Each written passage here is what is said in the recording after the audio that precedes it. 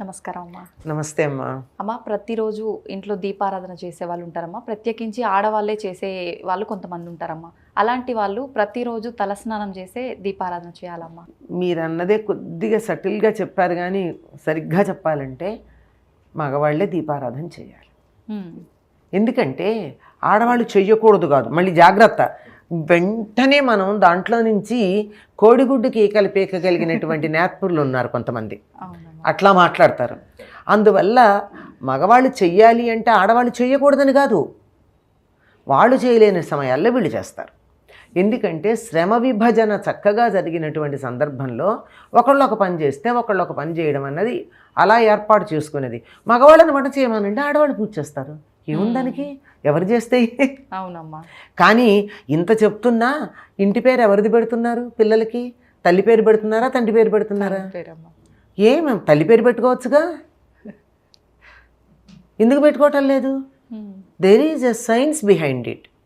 అందువల్ల ఆ మగవాళ్ళు చేసినటువంటి పూజ కుటుంబానికి అంతా వర్తిస్తుంది, ఆడవాళ్ళు చేసినట్టయితే వాళ్ళకే వర్తిస్తుంది దాని ఫలితం. అందువల్ల అందరికీ కావాలి అంటే వీళ్ళు ప్రత్యేకంగా దానికోసం అందరి పేర్లు చెప్పి సంకల్పంలో చేర్చుకోవాల్సి ఉంటుంది. లేకపోతే పద్ధతి అది.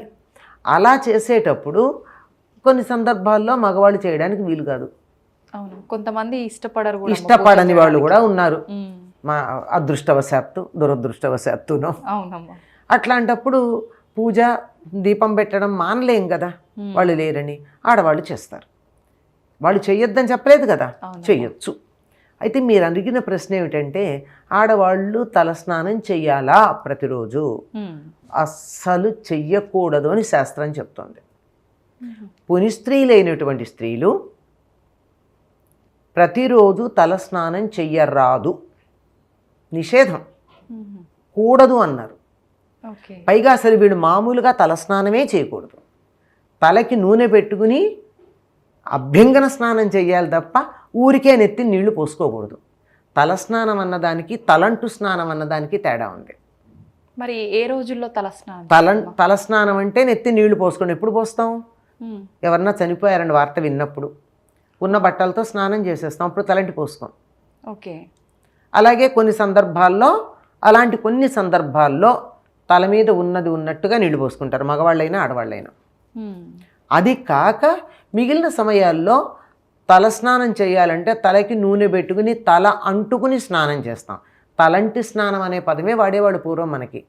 తలంటి స్నానమే చేయాలి ఆడవాళ్ళు, తల స్నానం చేయకూడదు. ఈ తలంటి స్నానం కూడా నిత్యం చెయ్యమని ఎక్కడా లేదు. దీపం పెట్టడానికి తలస్నానం చేయవలసినటువంటి అవసరం లేదు. ఇంట్లో ఏదన్నా వ్రతం చేస్తున్నారు, ఏదో శ్రవణ మంగళవారం, శ్రవణ శుక్రవారం వ్రతాలు చేస్తున్నారు అంటే అప్పుడు అభ్యంగన స్నానం చెయ్యాలి. ఏదో సత్యనారాయణ వ్రతం చేస్తున్నారు, ఇంకేదన్నా శుభకార్యం చేస్తున్నారు అన్నప్పుడు చెయ్యాలి. అంతేగాని మామూలుగా ప్రతిరోజు తలంటి పోసుకోనక్కర్లా. తల మీద నీళ్లు కూడా ఒక అశుభవార్త విన్నప్పుడు కానీ, ఇంట్లో పెద్దలకి పెట్టుకుంటున్నప్పుడు కానీ, తద్దినాలు పెడతారు కదా, ఆ సమయంలో కానీ తలంటుకోకుండా స్నానం చేయాలి. అంటే అశుభానికి తల స్నానం, శుభానికి తలంటు స్నానం, ఈ రెండిటికి తేడా అది. ఇలా చేసేది కూడా ఎప్పుడు చేయాలి అంటే ఆదివారం నాడు తలంటి స్నానం చేస్తే అనారోగ్యం అని చెప్పారు. ఎట్టి పరిస్థితుల్లో చేయకూడదు. ఆడ మగ ఎవరికి సంబంధం లేదు, ఎవ్వరూ చేయకూడదు ఆదివారం నాడు. కానీ ఇప్పుడు ప్రస్తుత రోజుల్లో అయితే పిల్లలకు స్కూళ్ళు ఉండవని ఇంట్లో ఉంటామని చెప్పి ప్రత్యేకించి ఆ రోజే అంతేనమ్మా. ఇంకోటి అంతే కదా, ఆదివారం నాడు చాలా సూర్యుడికి ప్రీతిపాత్రం, ఆరోగ్యం భాస్కరాది ఇచ్చేతని ఆరోగ్యం కావలసిన వాళ్ళు ఆదివారం నాడు నియమాలు పాటిస్తే మిగిలిన 6 రోజులు ఎట్లా ఉన్నా ఆరోగ్యం బాగుంటుంది. మనం ఆదివారం ఒక్కటే నియమాలు పాటించాం. మాంసాహారం తినేవాళ్ళు కూడా ఆదివారం తినకూడదు అని శాస్త్రం చెప్పింది. ఆ రోజు తింటే అనారోగ్యమేట. మీరు అన్నట్టు తలంటే కదా, అది కూడా ఆ రోజే ఉంటుంది.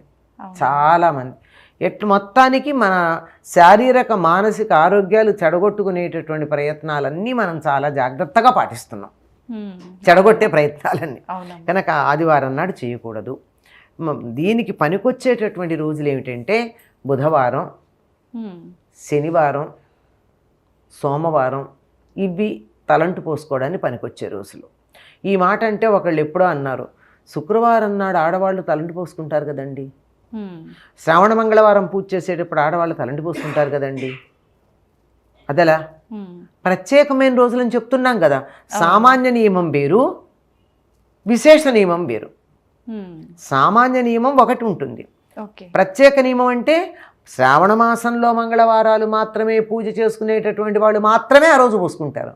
శ్రావణ మాసంలో శుక్రవారం మాత్రమే ఆ రోజు వరలక్ష్మి వ్రతం చేసుకునేవాళ్ళు మాత్రమే ఆ రోజు చేస్తారు. అది గుర్తుపెట్టుకోకుండా ఆ నియమం ఇక్కడికి పట్టుకొచ్చి పూర్తిగా వినకుండా, పూర్తిగా చదవకుండా, ఒక వాక్యాన్ని కూడా పూర్తిగా వినకుండా ఇలాంటి సందేహాలు, విమర్శలు చేయడం మనం గమనిస్తూ ఉంటాం. కనుక మగవాళ్ళు మాత్రం ఎట్టి పరిస్థితుల్లోనూ తలంటి పోసుకోవాలంటే శనివారమే చేయాలని చెప్పారండి. ఆడవాళ్ళు కూడా శనివారమే మంచిది. కాకపోతే శుక్రవారం కూడా ఆడవాళ్ళు చేయొచ్చు, మగవాళ్ళు కాదు. కూడా అని ఎందుకు అంటున్నామంటే శుక్రవారం కూడా, శుక్రవారానికి అధిపతి శుక్రుడు. శుక్రుడు భోగకారకుడు.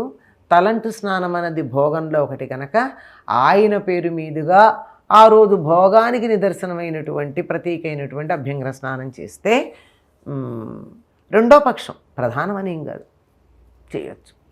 కానీ మనకు అలవాటు ఆడవాళ్ళు అంటే శుక్రవారం తలంటి పోసుకోవాలి అని అలా వచ్చింది. అమ్మ, మరి ఆలయాలకు వెళ్ళేటప్పుడు కూడా ఇదే పద్ధతి పాటించాలమ్మా తలంటు స్నానం విషయంలో? అంతేనమ్మా. ఇప్పుడు ఏదన్నా వేరే రకాలైనటువంటి ఇబ్బందులు ఉన్నప్పుడే స్నానం చేయాలి. తలంటు స్నానం అంత మాత్రాన ప్రతిరోజు చేయాల్సిన అవసరం ఏం లేదు. ఓకే అమ్మ, కొంతమంది అంటుంటారు అంటే నాన్ వెజ్ తింటుంటారు కదమ్మా, నాన్ వెజ్ తిన్నాం కదా, మరి మేము తలస్నానం చేయకుండా దీపం చేస్తే దీపారాధన చేస్తే మాకేమైనా దోషం వస్తుందేమో అని అనేవాళ్ళు కూడా ఉంటారు కదమ్మా. అట్లా చేయడం వల్ల తప్పేముండదమ్మా? అట్లాంటప్పుడు చేయాల్సిందే కదమ్మా. అటువంటిప్పుడు చేయాల్సిందే కదా. అంటే వాళ్ళ మనస్సులోకి ఎప్పుడైతే వచ్చిందో, శాస్త్రం ఏం చెప్పిందో తర్వాత ఆలోచిద్దాం.